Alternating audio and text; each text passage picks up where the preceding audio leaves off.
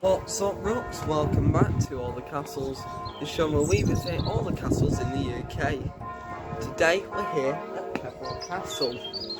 It's at the top of the hill, being blocked by that thing, so we can't see it right now. But it does exist, and we're going to see you there in approximately a second. Hello, as Simon said, welcome to Peveril Castle in Derbyshire, the village of Castleton, which takes its name from the castle. You enter the castle grounds at the bottom of the hill and come through the gift shop and a small exhibition centre, and then there's this nice model. The castle was built in the late 11th century, just after the Norman conquest, when the land was given to William Peveril. There are some rumours that William Peveril was the illegitimate son of William the Conqueror, and while that's never been proven, he was a great favourite and was given many different manors and properties. He first built a wooden castle, and then a stone castle was made later, and William Peveril lived till about 1114, I think, and then it was given to his son, also called William.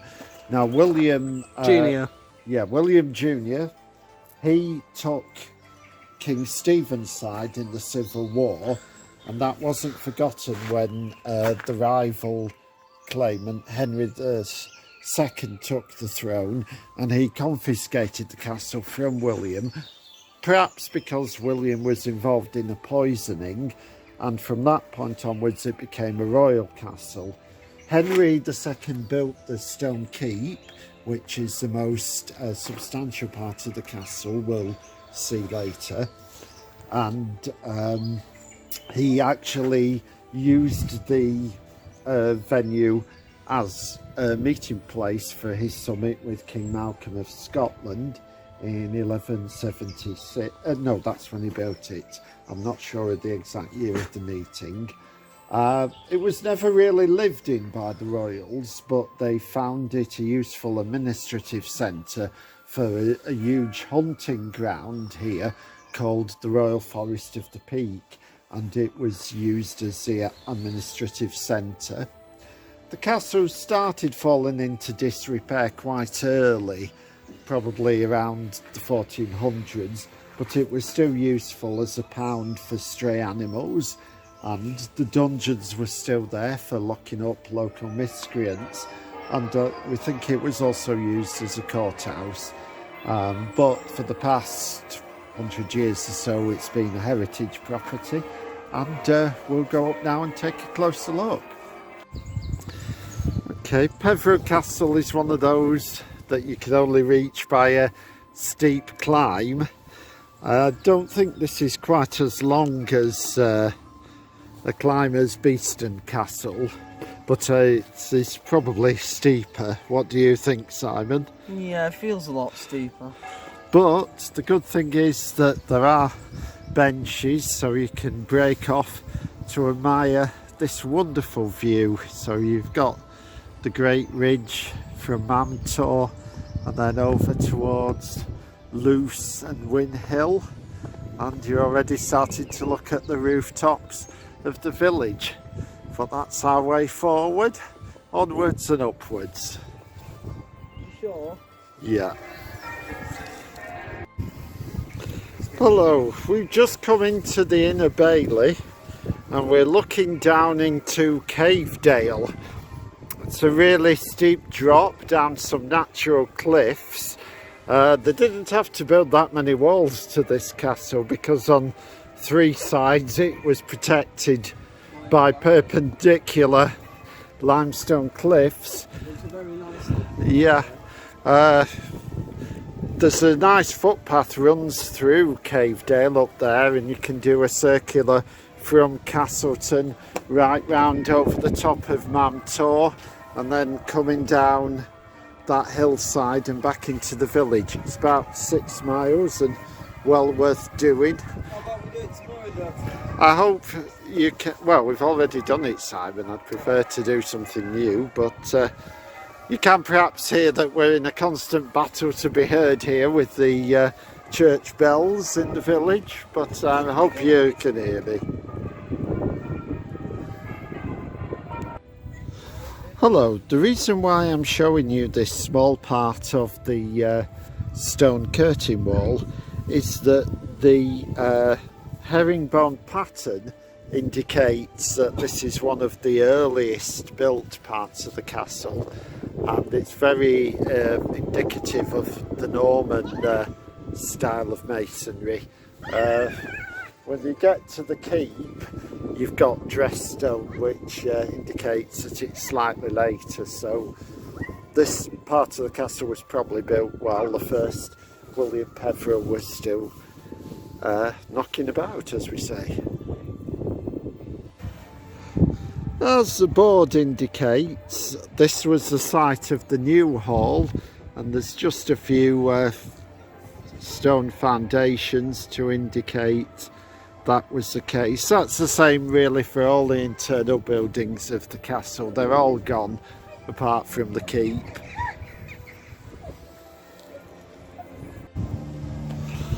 And this is an even better place to demonstrate the contrast between the herringbone masonry you can see here and the dressed stone that was used later on this wall corner. Very nice up here. Don't know what this was the opening to. It's a pretty fierce drop down there. And I think you can guess what this is. I think the shape sort of gives it away. And if you had number 2 here, the waist would go straight down into Peak Cavern, which gives a sort of extra meaning to its nickname of the Devil's Arse. Oh. Yes, thank you, Simon. This was an entrance to the castle for carts. There was a bridge went over to the hillside there. I would imagine it was still quite a bit of a pull to get anything up here, but this was the main service entrance to the castle. Very nice. Okay, what we're looking at here is the keep, built by Henry II. Sam's already gone into it, and you can see that originally there was dressed stone all around the building, but that wall, about half of it's left. That wall, there's none of it left, so a bit of stone robbing going on, I think. So we're now in the interior of the keep. You can see that a bit more of the dressed stone has survived inside here compared to the exterior. There are 1 or 2 little recesses you can go into. This was quite a small keep. It reminds me a bit of Clitheroe actually, and it only had 2 floors, 1 big chamber here and storage sort of basement down there. There obviously is something in that corner that you can explore a bit further.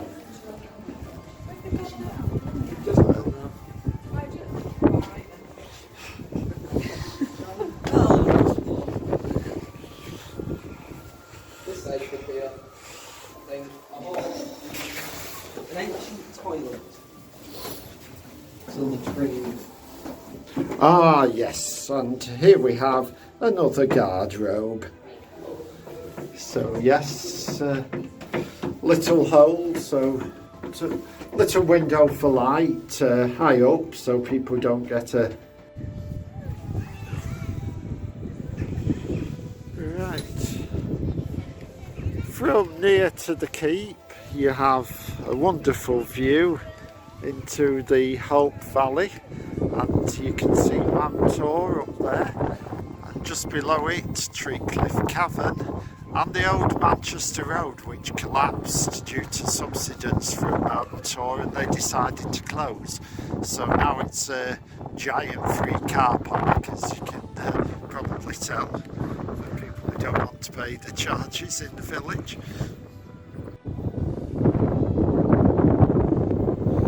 And as you can see here, there is some modern walling and fencing to prevent people from plunging to their death down into Cave Dale down there. It's a long drop.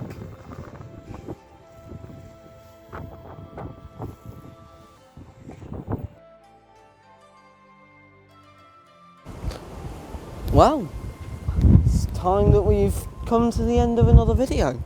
Thanks again for watching, Rocks. We'll see you next time.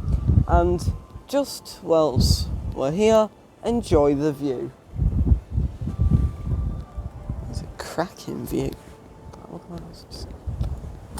Bellissimo.